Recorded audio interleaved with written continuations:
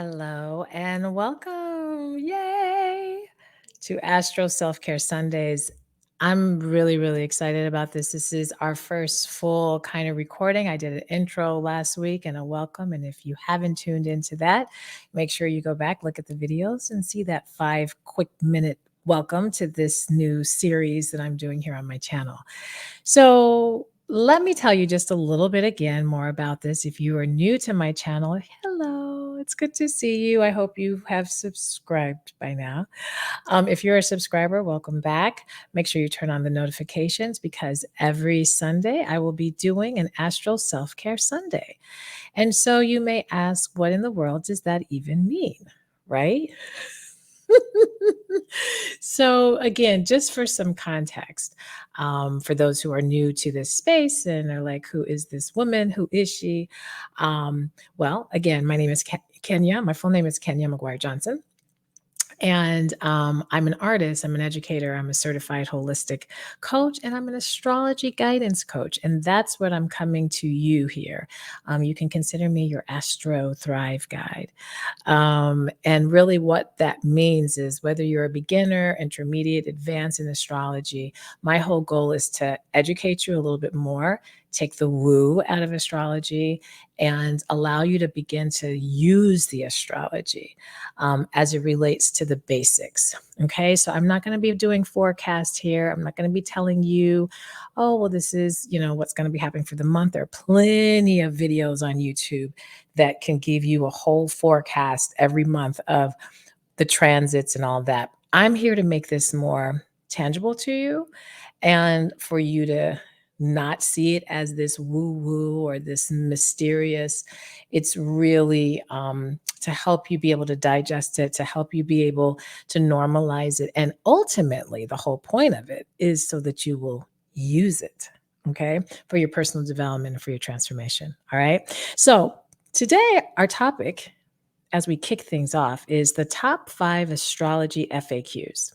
Okay, so the frequently, and this should be the FAQs according to Kenya.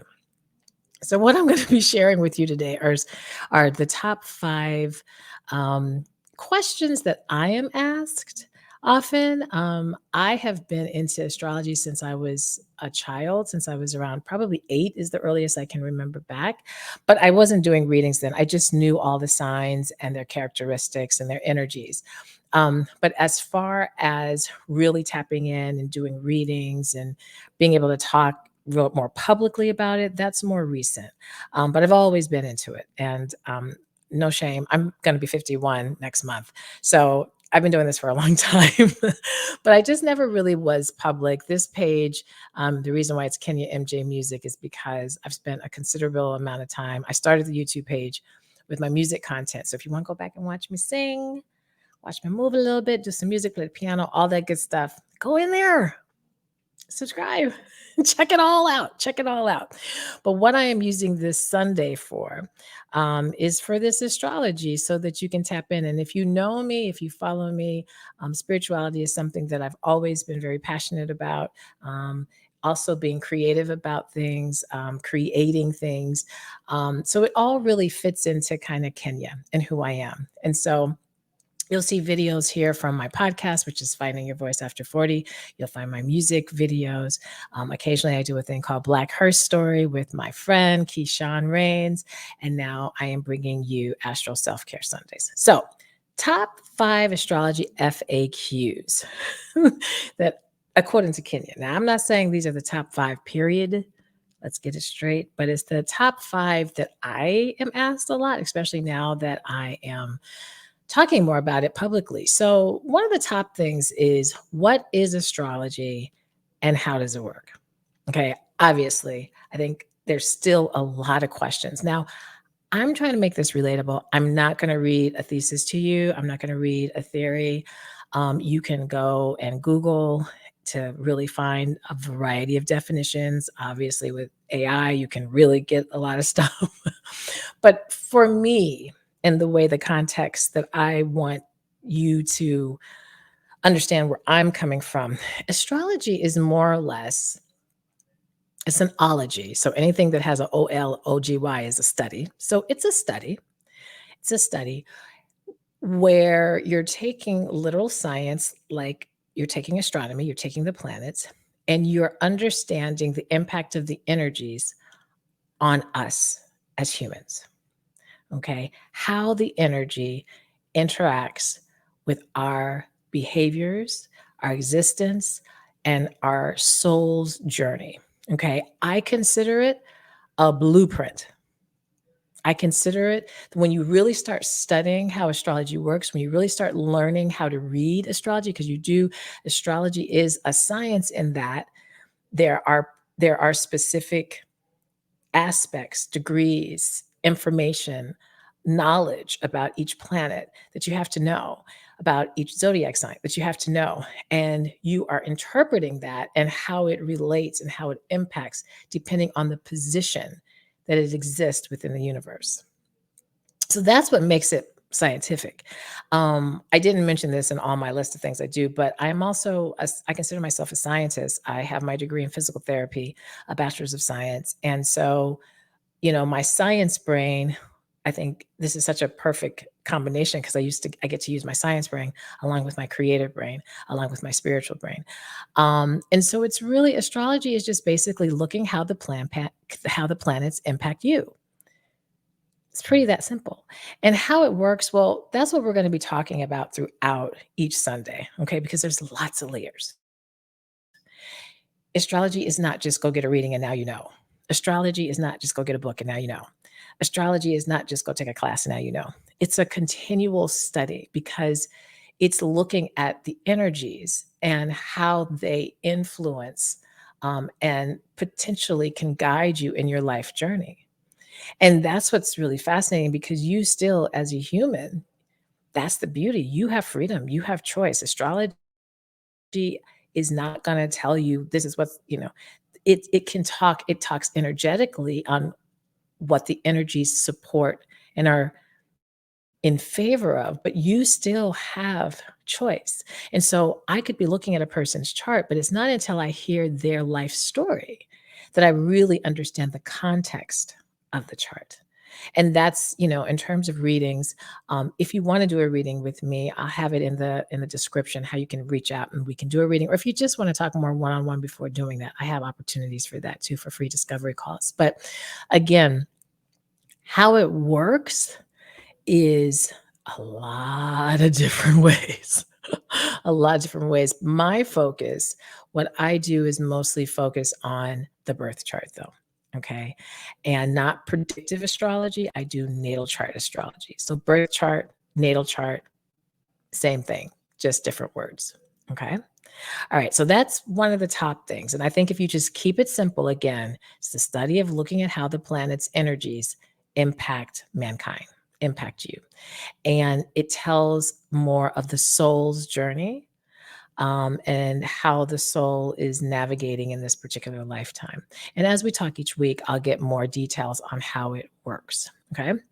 Next big question I get is astrology a science or a belief system? Well, I do think that many people do still think that astrology is a belief system, meaning like a religion, or I have to believe in it. Now, it might be controversial what I'm about to say. Again, these are the facts according to Kenya. I try very hard to help to sway people away from thinking of it as a belief system. It's almost like asking, is weather a science or a belief system? Do you believe the weather is happening or is it scientifically happening? I think astrology is very much like the weather. It's very much like the radar.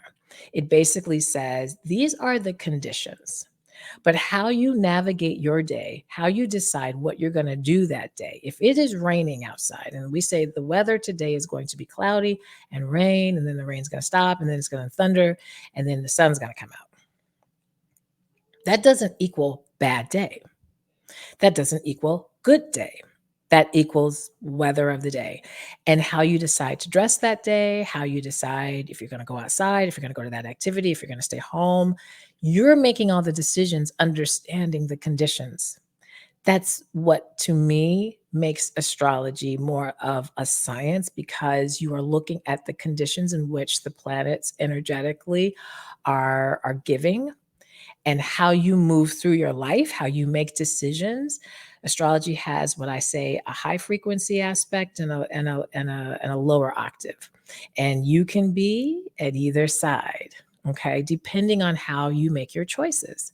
So, belief system, no, it definitely um shows more about kind of your beliefs, but a belief system, no, I would say that it is considered way more a science. And again, that's just according to my thoughts.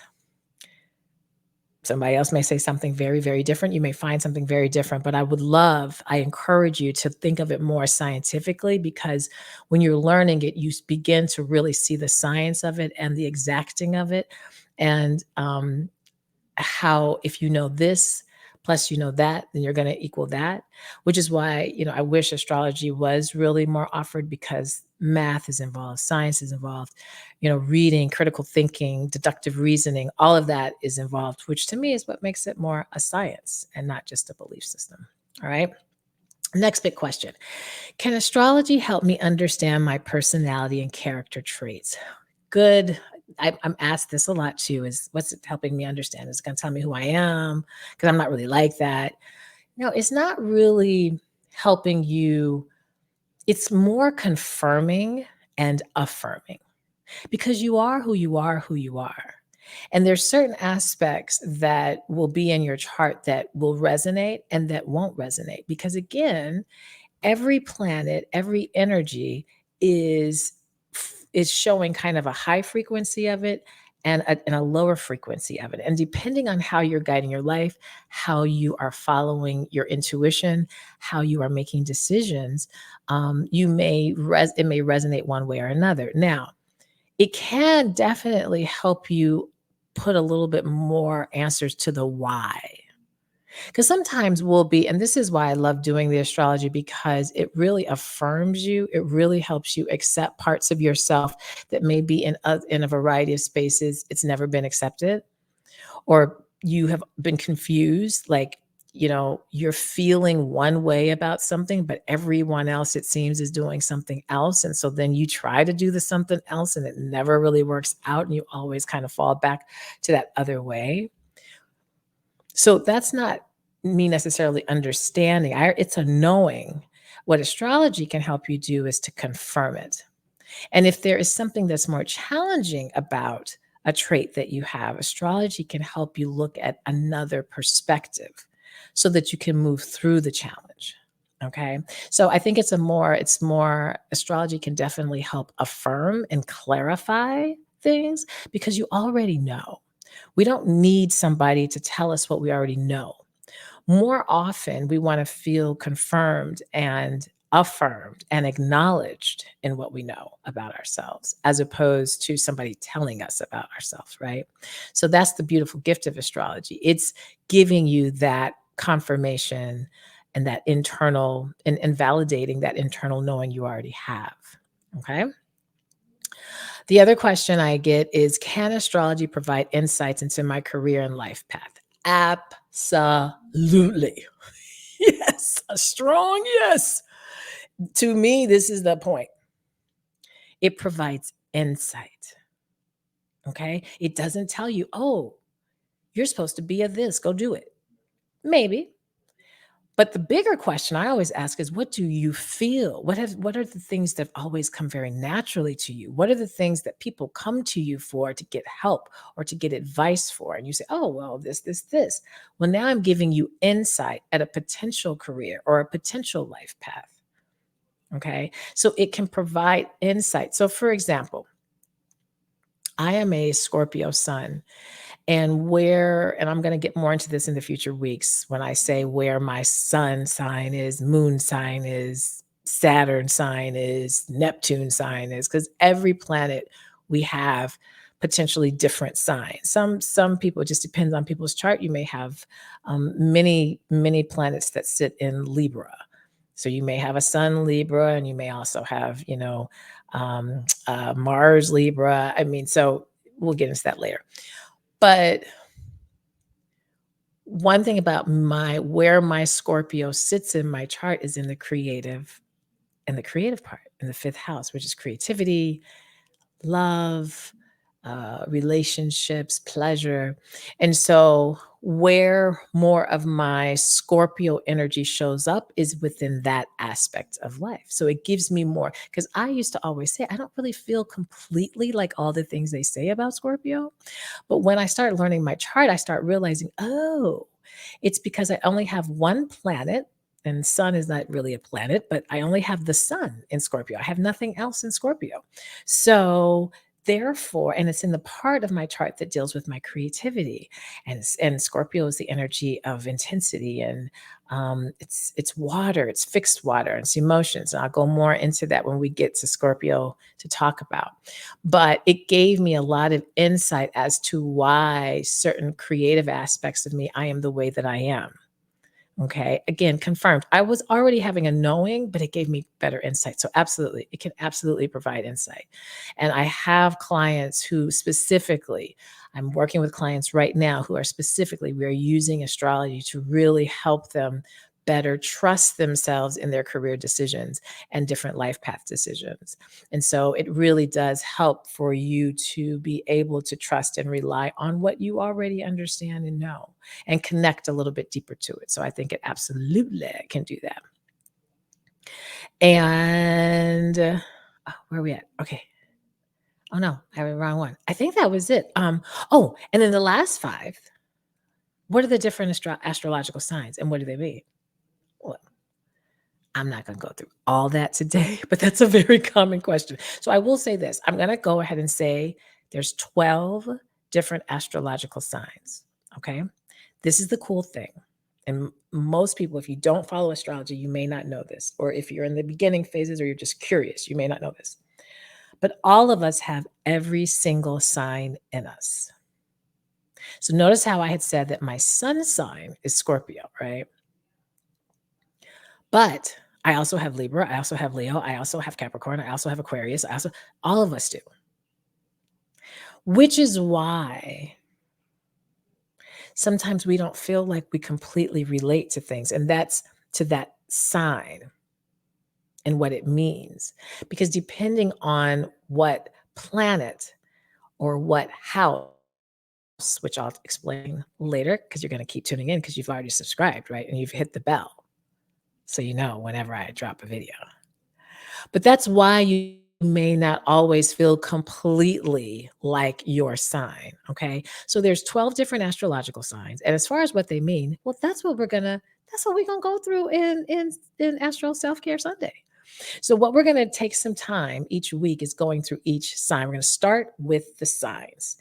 And each week, I will go through a different sign.